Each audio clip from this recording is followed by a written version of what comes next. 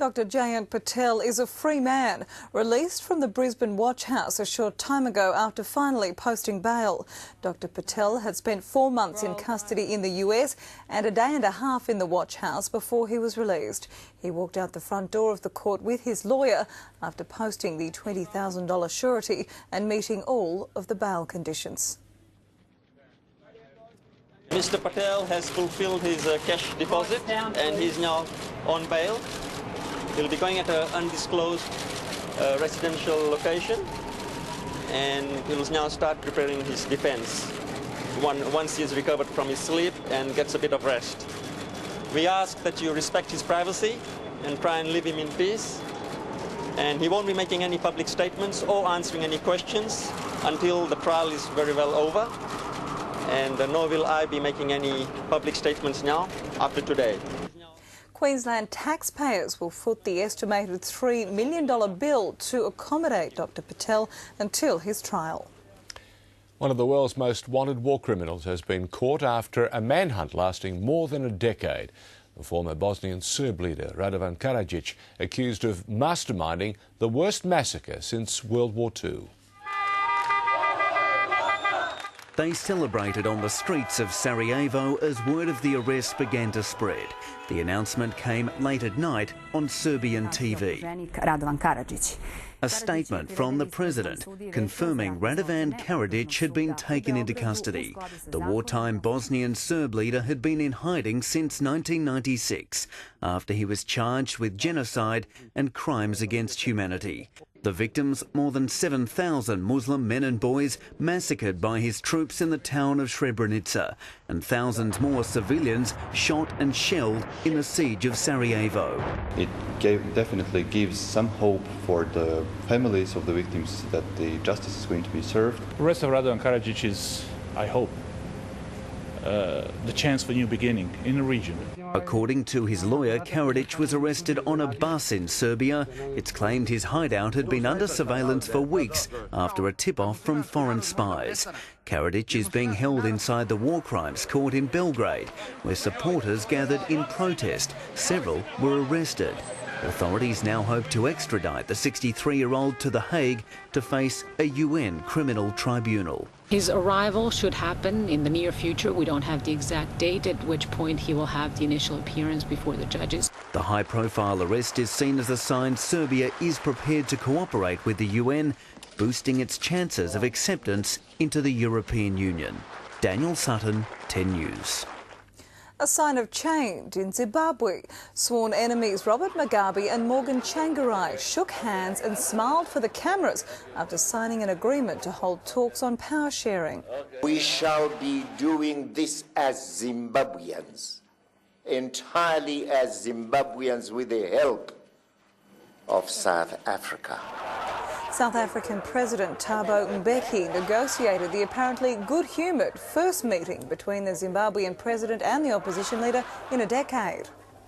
An American diner is counting himself lucky after an out-of-control van crashed into his favourite coffee shop. Kenneth Anderson was reading the newspaper when the speeding vehicle smashed through the cafe window, slamming him into the counter. After grabbing his cap, he managed to free himself and finally walk away. I shot out in Vietnam, jumped out of airplanes and everything, but I've never had nothing like that happen to me. Doctors were amazed to find that he suffered only cuts and bruises. The 60-year-old driver says she blacked out moments before losing control. Incredible. She just really wanted a coffee. Ahead in 10 News, Terri's triumph, the nana who helped Big Brother go out with a bang. And safe motoring doesn't necessarily mean parting with big bucks. We'll list the second-hand cars that are deemed the best performers.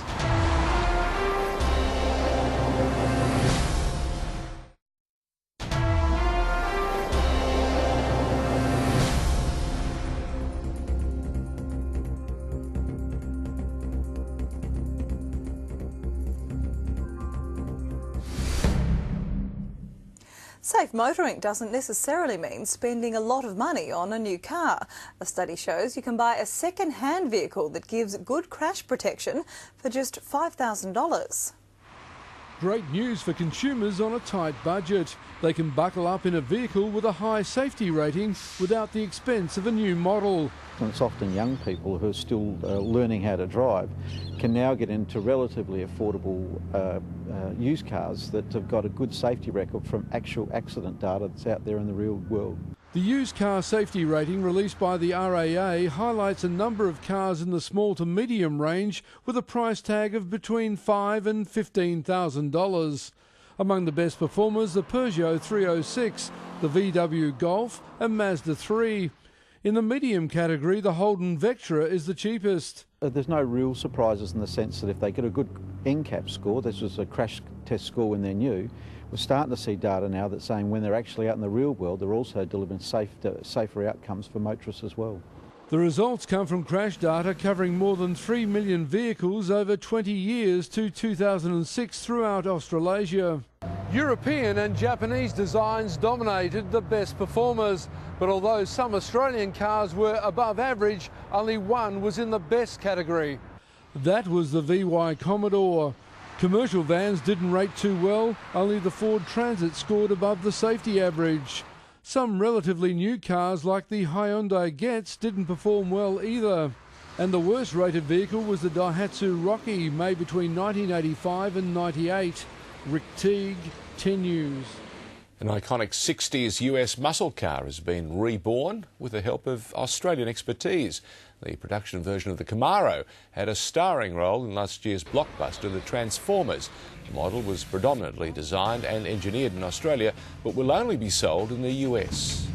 Just excitement. I mean, just the adrenaline from sitting in a car that's built purely as a statement.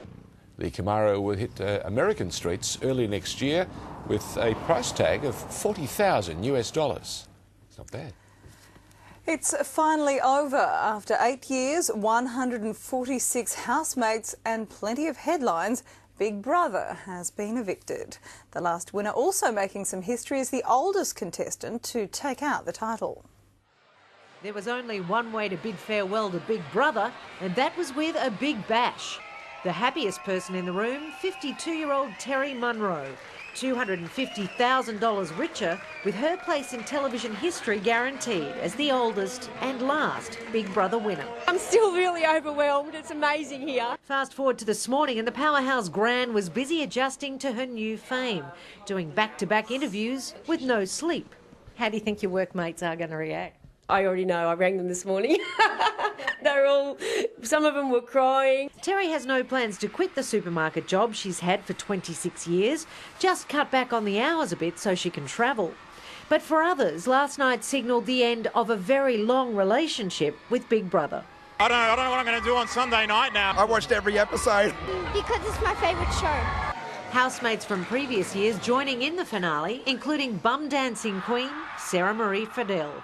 I always say I loved who I was before Big Brother.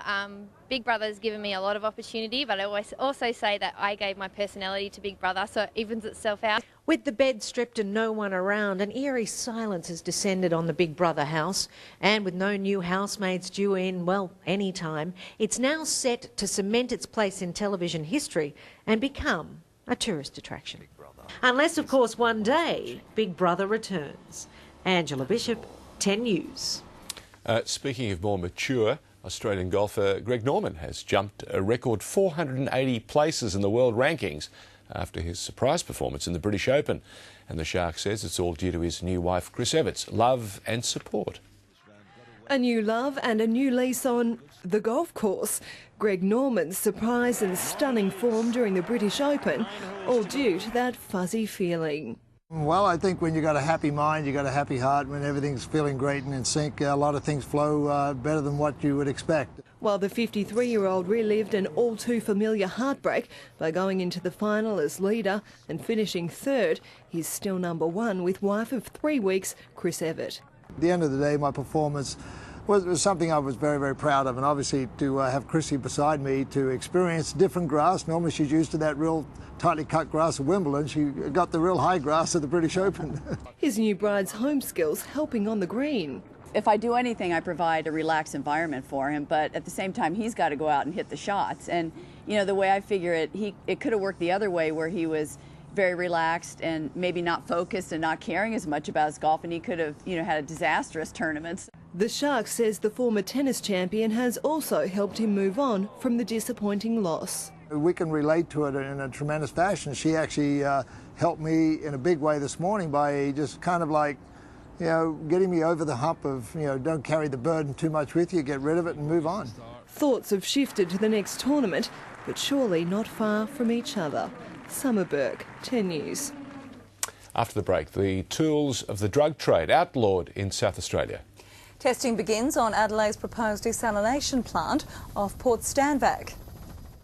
Also ahead, swapping one set of wheels for another. Find out how paraplegics are getting back on track later in the bulletin.